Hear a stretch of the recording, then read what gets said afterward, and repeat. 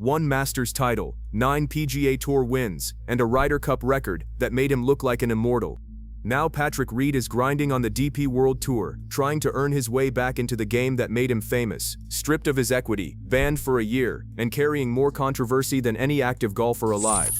This is everything that happened, and it is more than most people realize. Here's the full story. Start with who Reed actually was at his peak, because the fall only makes sense against the height. At the 2016 Ryder Cup in Hazeltine, Reed went 3-1 and won across 5 matches and delivered a singles performance so dominant against Rory McIlroy that it turned him into a folk hero overnight. The nickname Captain America stuck immediately. He was 26 years old, brash and unafraid, pointing to his own chest after every birdie putt as if daring the world to dispute his right to be there. 2 years later, in April 2018, he walked up the 18th fairway at Augusta National, with his arms spread wide, soaking in the roar, and slipped on the green jacket as a Masters champion. Patrick Reed had arrived. But the foundation underneath all of it had been cracking for years, and almost none of it was visible to the outside world when it mattered. Long before the Masters win, Reed's college years were already generating stories that followed him into his professional career. He attended the University of Georgia, where he was reportedly dismissed following incidents involving theft and academic violations. He transferred to Augusta State, won 2 back-to-back NCAA Division II national championships, turned professional, and never publicly addressed what had happened in Athens. The silence became part of the mythology. Teammates, rivals, and media kept returning to the story regardless. Reed consistently declined to engage with it, which only made it persist longer in golf conversations. His family situation became public knowledge in 2014 and has never fully left the coverage since. Reed's parents, Bill and Jeanette, and his sister Hannah, were estranged from him, banned from following him at tour events. By multiple accounts, the separation was instigated by Justine, Reed's wife and the woman who manages his career and caddied for his caddy brother Kessler Corain. Whatever the exact details, the outcome was undeniable. Reed's own parents watched their son win the Masters on television rather than standing inside the ropes because they were not permitted to be there. Reed has almost never addressed this publicly in any meaningful way. The estrangement has persisted to this day, a thread of genuine sadness running through a career built on an image of family and faith. But the controversy that permanently changed how the golf world viewed Patrick Reed came on a Saturday afternoon in the Bahamas in December 2019. Playing in the Hero World Challenge, Reed's ball finished in a sandy waste area, not a designated bunker, during a third-round shot. Television cameras caught him apparently using his hand to move or press down the sand behind the ball before taking his swing, creating a more favorable lie in a way the rules prohibit. Viewers at home called in. Reed was assessed a 2-stroke penalty. He said he had done nothing wrong. The images were frame by frame clear. The golf world looked at those images and reached its own conclusion without much deliberation. The incident became known as Sandgate, and it was the moment that made every future rules controversy involving Patrick Reed carry an extra layer of weight. And there were more. At the 2020 Farmers Insurance Open at Torrey Pines, Reed received another penalty stroke for improving his lie, this time in a waist area rough. Whether intentional or not, the pattern was visible to everyone watching. The benefit of the doubt that most professionals receive by default simply did not apply to Reed anymore. He had used it up. His response to the coverage was to sue. Reed and his wife filed defamation lawsuits against multiple entities including Golf Channel, CBS Sports, and broadcaster Brandel Chambly, who had been among the most vocal critics of the Sandgate incident. Chambly had called Reed a cheater on air. The lawsuits were largely unsuccessful. One by one, the cases were dismissed. The legal strategy seemed less designed to win in court than to signal to the media that there would be consequences for coverage perceived as hostile. It generated more coverage, not less. The Ryder Cup story had its own complications too. Reed's Hazeltine heroics in 2016 were real, but what happened behind the scenes at team events told a different story. By 2018, it was widely reported that teammates including Jordan Spieth were frustrated by Reed's presence in Ryder Cup pairings, that the partnerships were awkward, and the dynamic inside the team room was strained. Reed was paired with Tiger Woods at the 2018 Ryder Cup at LIV Golf National, and the partnership produced nothing. The man who had been Captain America 2 years earlier was now a player other players reportedly did not want to partner with. The reputation that had been built hole by hole at Hazeltine was being quietly dismantled by everything happening around the golf. Quick pause. If you think Patrick Reed was treated unfairly by the golf world's media throughout his career, type witch hunt in the comments. If you think the controversies were self-made and deserved the attention they received, type his own fault. I read every single one.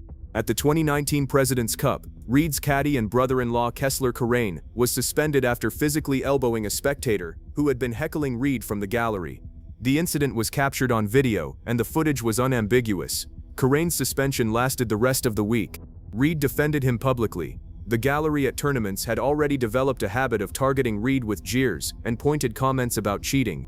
Whether you sympathized with that or found it unsportsmanlike, it contributed to an atmosphere around his competitive career that drained something from the experience of watching him play. Into all of that, the LIV offer arrived in 2022. Reed resigned from the PGA Tour membership before technically joining LIV, a move that was more procedurally clean than the route taken by many of his fellow defectors. He was 31 years old, holding a Masters title and 9 wins, and he took the guaranteed money. His public statement at the time was characteristically blunt. He said he always saw himself coming back to the PGA Tour, but that this was the right decision for his family. There was also a subtext that some in golf read clearly. The tour that had been the scene of his controversies, the galleries that booed him, the broadcasters who called him a cheater on national television, leaving it behind, even temporarily, may have felt like relief. Whatever the reasoning, the departure made the relationship between Patrick Reed and the traditional game feel permanently altered. His LIV career was, measured against expectations, underwhelming. 1 win in 3 years, at LIV Dallas in June 2024 in a playoff.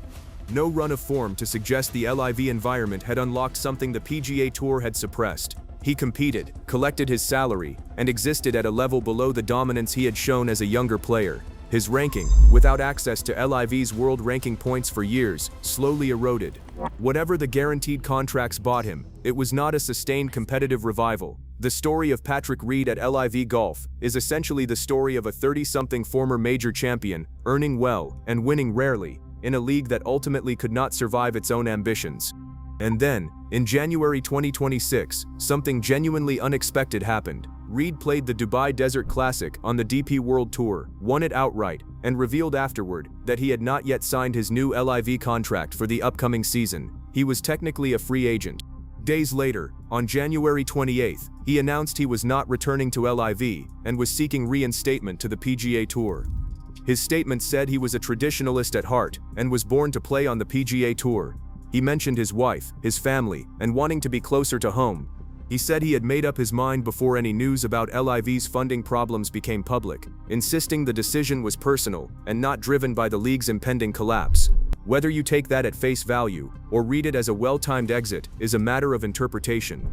The path back is complicated, and deliberately so. Reed resigned his PGA Tour membership when he joined LIV, which means he does not qualify for the expedited returning members program that enabled Brooks Koepka's quick reinstatement at the start of 2026.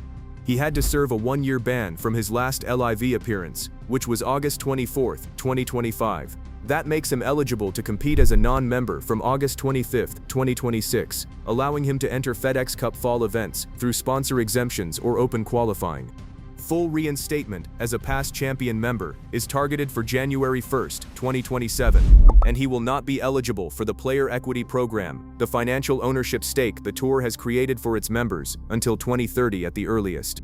For context, the tour estimated that equates to between $50 and $85 million of potential value forfeited. So this is where Patrick Reed stands, 35 years old, a Masters champion, grinding on the DP World Tour to secure his card for next year. The controversies have not gone away. Sandgate still gets mentioned every time he is on a broadcast. His family estrangement continues. The lawsuits failed, and the league he chose is collapsing around the players who stayed while he walks back to the institution he left. What makes this remarkable is the shape of it. Reed has been, at various points in his career, one of the bravest competitors in golf and one of its most controversially covered figures. The version who walked up 18 at Augusta with arms outstretched was absolutely genuine. So was the footage from the Bahamas. Both things are true at the same time, and that tension has never been resolved in the public's assessment of him. He is coming back. Whether the game that welcomes him back is the same one he left is another question entirely. The galleries at American Tour events have long memories. The broadcasters who covered Sandgate are still working. The Brandel Chamblees of the golf media world will not suddenly treat his return as a clean slate. Reed knows this. His Dubai Classic win and his January announcement suggest he has accepted it, that coming back under those conditions is still preferable to whatever the alternative looks like. And there is still golf in him. At 35, a former Masters champion is not a spent force. The swing that won at Augusta has not disappeared. The Ryder Cup competitor, who took on the whole of Europe and won, still exists somewhere inside the complicated public figure who walks into press rooms knowing half the room would rather he weren't there.